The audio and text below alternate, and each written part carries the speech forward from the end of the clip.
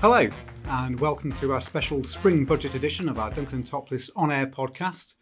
I'm Graeme Hills, Tax Director at Duncan Toplis, and today I'll be going over my initial reactions to Jeremy Hunt's budget that he's announced today. The first announcement that was made before the budget was the 2% NIC reduction, the national insurance reduction that we all pay on our employed and self-employed income. This did come to pass as expected beforehand.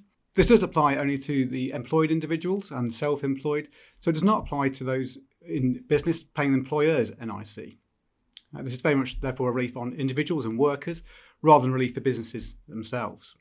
Households will also receive direct support with the benefit of the freeze on fuel duty, which will be expected to receive about £50 a year, the freeze on alcohol duty, and also an extension of the Household Support Fund, which is due to end this month and will be extended for a further 6 months.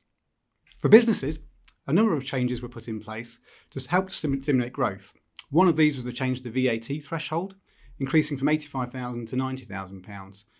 Now, this is something that's been consulted on a number of times in the past and generally with little interest shown from the government. So something of a surprise to see this increase. It'll be very welcome for a lot of those businesses who operate around that VAT threshold. It'll be less administration for them and obviously help control some of those costs where they've got consumers on the other side. But perhaps only touches the edges when you look at how large inflation's been compared to a rate of 85,000. A 5,000 increase isn't a huge amount, but a right step in the right direction at the very least. Businesses have also enjoyed the benefits of full expensing in the past, which is something that's come in as part of the recent government. And that was due to be made permanent with effect from next month, which was announced at the autumn statement.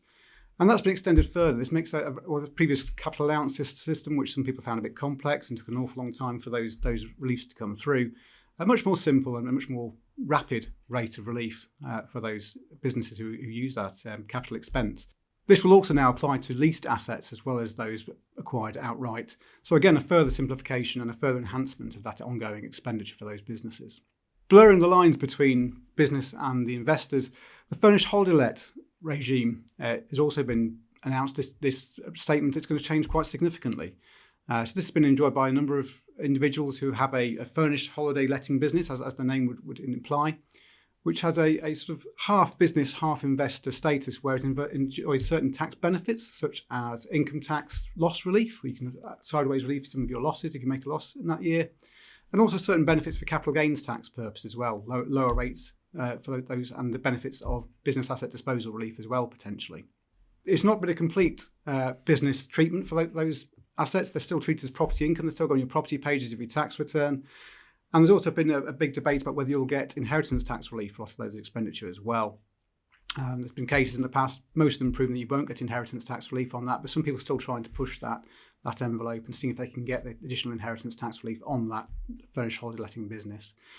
But they are due to cease altogether. So furnished holiday lettings treatment, that status will end from April 2025. So if you've currently got a holiday letting business and you're enjoying any of those benefits, those advantages, such as the ability to claim capital allowances, that will now cease.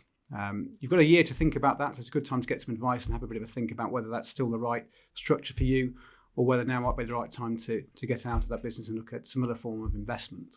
Residential landlords have been under attack from the government for some years now, with a lot of changes being put in place to make it more of a punitive tax system for them. So perhaps this change to furnished holiday lettings could have been foreseen in some way as being an extension of that principle. Similarly, the change to multiple dwellings relief for stamp duty land tax was a change that was announced this time round as well. This is something that's habitually helped those with buying multiple properties, which tends to be the landlords overall, where they're looking to buy several properties at once and enjoying a lower rate of stamp duty land tax. That has been said to be an abusive system, and that is due to change in June this year. It was therefore perhaps a little bit surprising that the capital gains tax rate for higher rate individuals selling residential property is due to be reduced. This is coming down from 28% to 24%. And this, again, seems somewhat contrary to that encouragement of buying residential property or more than your own property. But perhaps it's part of an overall message that now might be the time to get out of this industry. If you can actually sell your property at a lower capital gains tax rate than was in the past, it'll help stimulate the short-term economy by people making sales and paying some capital gains tax rather than holding on. But with the other changes, it being less attractive to buy and getting less tax relief ongoing, I think the message seems to be that now is the time to be getting out of that mass market residential landlord position. The follow-on message from this was therefore that if UK property is not the place to invest, then perhaps UK businesses are the right place to invest. This was reinforced with a number of changes. A lot of these come in as part of pension reform, which some of it started in an awesome statement where there were certain relaxations on the regulation for pension schemes, allowing them to engage in a lot wider range of investments. And again, the Chancellor mentioned that there'd be a number of changes to how that might pan out and what those rules were going to be going forwards. And there's going to be some consultations on how that can be broadened to allow pension schemes to invest in a much wider range of property and invest in UK business.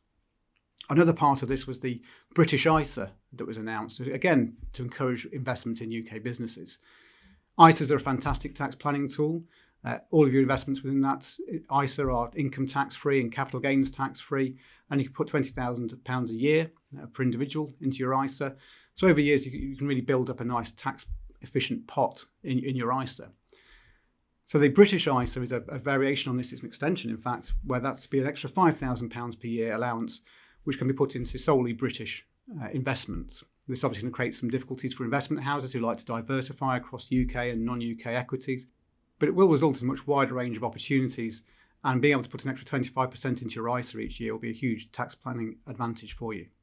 Finally, the changes to non-domiciles or non-doms will have a huge change to the landscape. It's been talked about quite a bit before now.